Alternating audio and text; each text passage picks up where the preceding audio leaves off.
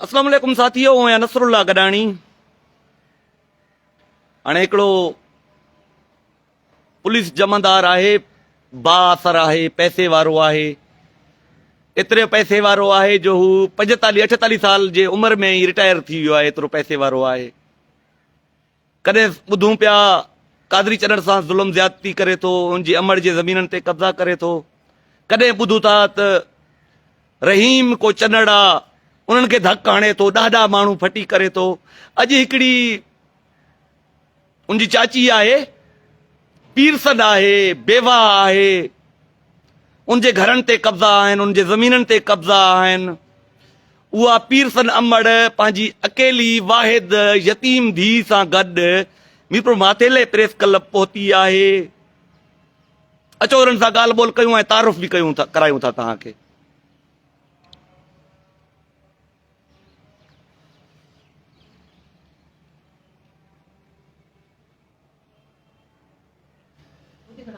ना ना अम्मा तू बा। अम्मा छा नालो आहे तव्हांजो? अरबाब माई। माई अरबाब कंहिंजी घरवारी आई? मोहम्मद सादिक जी। मोहम्मद सादिक जेको फौत थी वियो आहे। फौत थी वियो आहे। ही तुंहिंजी छा थिए? ए मां धी आहे। अदी तव्हांजो नालो छा आहे? माई अनवर। माई अनवर। हा। तोखे को भाउ को ॿी भेण आहे? ना बिरा कोनी, भाउ भेण कोनी, हिकिड़ी अम्मा थी माई। हिकिड़ी अम्मा ऐं हिकिड़ी तूं। हा। जेका तेरे वालिद साहब जी ॿी शादी थियल हुई, उहो जेको पुट का धी? ना कोनी, वो कोनी। तोसां सिर्फ़ मनाए तूं हिकिड़ी ई औलाद है। तेरे वालिद साहब को तू हिकु ई औलाद है। हिकिड़ी मोहम्मद सादिक दी धी आहे। सादिक दी धी है। हा। ए अदड़ी क्या थी वे? ए मेरी धी है। ए तो साडी धी है। हा, ए डॉक्टर दी है।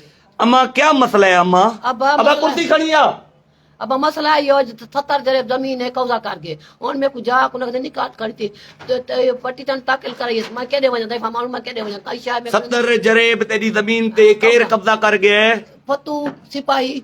ए हाँ यो मेरे को कहने कहा शायद तो हकदार कोनी मेरे जमीन दी विचना वेंदे विचे बेची थे मेरे साथ असल फसल चंदिया थे सांप फसल चंदिया थे फसल मेरा मुड़ो सोंदा फसल सांप चंदिया थे पैसा सांप गिंदिया थे आके मैं खरीद की दे।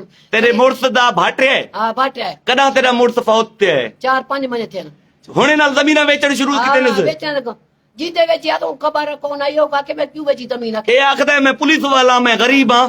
हां आखदा मैं गरीब हां, मैं डाडा मुर्स कोनी हां। ना गरीब है पे सिपाही है ते केनु दर आके मैं तजी या गिदियम पैसे न गिदे पर करे है ना पे जज्जा भी पैसे न गिदियम वाला गया था रुका के देना क्यों था बांध माना जे कदे तो सारी 70 एकड़ जमीन गिदुस तो करोड़े रुपए केनु आंदे न थे? करोड़े रुपए जमीन जा लख करोड़ जज्जा है तरी। हुन तेको पहले हुन तू शहर वाली जहाज बैठी है मुर्स नाल गड? हां मुर्स नाल गड बैठे मैं यो घणे अरसे कनो बैठी है अमड़ बेरी? 25 साल थे बैठे। हुन क्या मसला है जगह दा? हुन मसला हुआ कि निकाल करो निकल जगह कनो ही निकल। निकल जमीन आई तेरे विच ना? हां तेरे बिरा केड़े न अमड़? मोहम्मद सादिक यो बिरा मेरा हिदायतुल्लाह नूर नबी अब्दुल नबी उहे मदद नहीं करेंदे अम्मा? वो करे सन मदद हुआ कि ना इंशाल्लाह करे सन। बिरा ना हुन ते घर कनो उठावण चाहेंदे? हां उन सहेली जकी मेरी पाज हुआ कि निकल पजर न तक सामा। अम्मा तेरे तुसारे खिलाफ कोई पिटीशन कराया है कि मेरे घर ते तुसा कब्जा कीते? हां और गोठल ने भी किता अब्दुल रहीम है वो अपने गोठ बैठे थे मैं थोड़ी बैठी आची तो पूछो तो गोठल पाड़े मैं 25 साल थे मैं कुड़ो मिलाए थे। तेरे आखण दा मकसद शहर दे पाड़े वाले को पूछूं घर तेरे या फतू इधर ना लगे? फतू ना लाज घर तेरे या फतू दे पाड़े वाले को खबर है ना? हां पाड़े ना पे कदे रया तो कोनी ने? ना रया ना रात एक रात नहीं रया पिछे क्यों घर दी भी मालकी करेंदा पहला? हर बुरु बात करने पर मैं मालिक हां मैं खरीद कर बत वो शायद हो सन ना अरबे दी मिलकियत खरीद के नुकी हुन तेकू जो जमीन तेरे विचेंदा वेदे तेरे तेकू घर कनो बेदखल करेंदा वेदे तू केने वेसे? देख नहीं रोटे बा मैं अदी क्या मामला है? थोड़ा खुल करे गला मैं तेरा भिरा मामले जेके हैं अदी में को बुधा।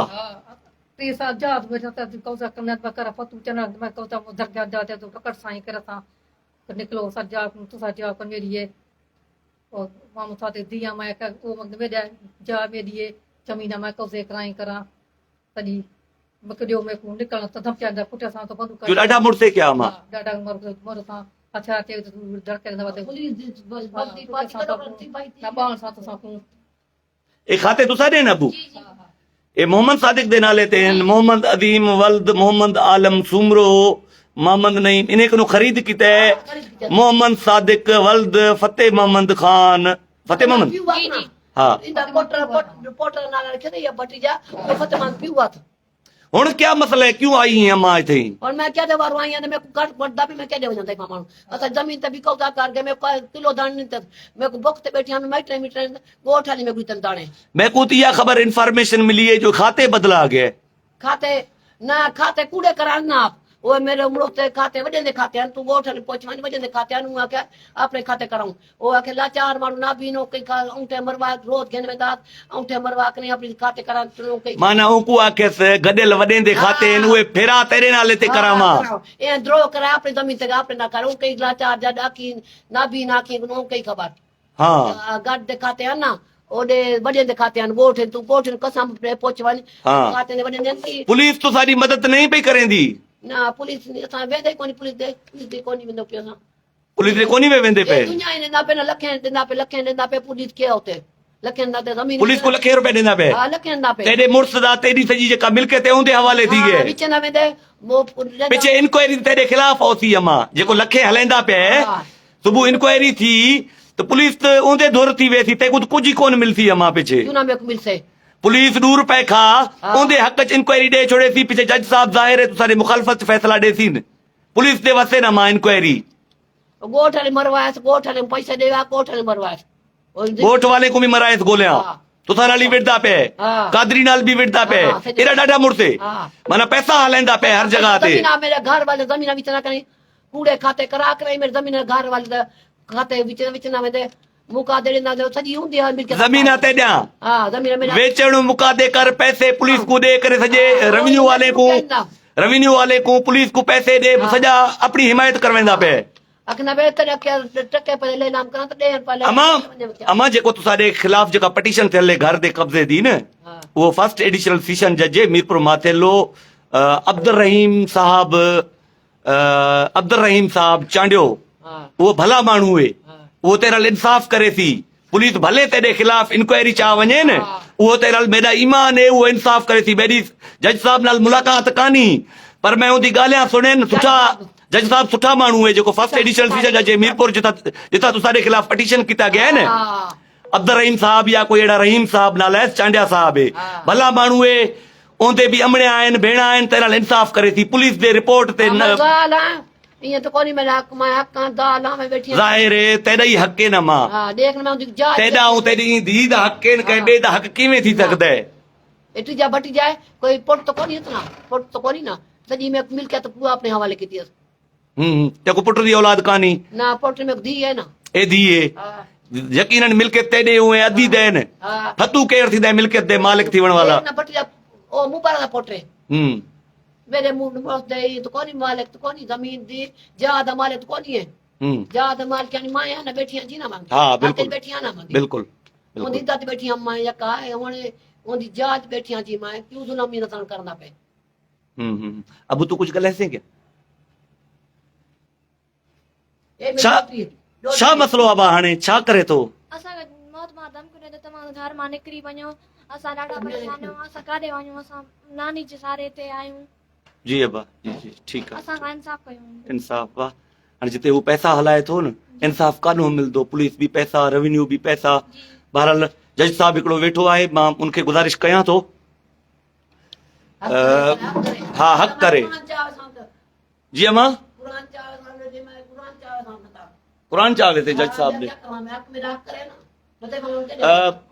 फर्स्ट एडिशनल सेशन जज मीरपुर माथेलो अदालत सगोरी के मां भी गुज़ारिश कयां थो हे हिननि जूं ज़मीनूं खपाए फतू चनड़ा को रिटायरमेंट ई वरतई वक़्त खां अॻु पुलिस मां हिननि जूं मिल्कियतूं खपाए हिननि जे ख़िलाफ़ लगाए थो पियो पुलिस खे ख़रीद करे थो पियो रेवेन्यू वारनि खे ख़रीद करे थो पियो आहिनि त सभु पैसे जा पुट न जज साहब तव्हांखे गुज़ारिश कयां थो तव्हां वटि जेका हिननि जे ख़िलाफ़ पिटीशन आई आहे हिननि जो घर ख़ाली कराइण लाइ जेका पिटीशन आई आहे उहा तव्हां पर्सनली इंक्वायरी करे हिन अमड़ खे हिन भेण खे इंसाफ़ ॾियारियो बाक़ी पुलिस यकीनन हिननि जी मुखालफ़त में रिपोर्ट ॾींदी भले ही 25 सालनि खां 30 सालनि खां घर में मौजूदु आहे हिननि जे मुताबिक़ फतू चढ़ण कॾहिं हिननि जे घर में हिकिड़ो ॾींहुं बि कोन्हे आयो तंहिं बावजूदि पुलिस जॾहिं पुलिस जा वॾा ऑफिसर, जज साहब तव्हांखे ॼाण आहे बाक़ाइदगी सां, पुलिस जा जॾहिं SP रैंक IG रैंक जा ऑफिसर जॾहिं टकनि एवज़ ज़मीर विकिरो कंदा त इहे DSP SHO त छा सम्झो था, उहो त पंहिंजनि पैसे जे करे पंहिंजे अमड़नि जा बि सौदा कंदा, पैसे जे करे पंहिंजनि अमड़नि जा बि सौदा कंदा।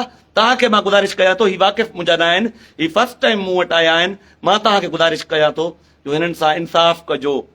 पुलिस में का उमेद कोन्हे, पुलिस हिकु तरफ़ी इंक्वायरी कंदी, पर पुलिस वारा साहिबो SP साहब जा ॿिया हिकु तरफ़ी इंक्वायरी अलाह वटि बि पकड़ अथव, इंशाअल्लाह दुनिया में बि पकड़ अथव, अलाह वटि बि हिन अमड़ सां हिन भेण सां जेकॾहिं तव्हां ज्यादती कंदो अलाह वटि बि पकड़ अथव, इंशाअल्लाह हिन दुनिया में बि पकड़ अथव।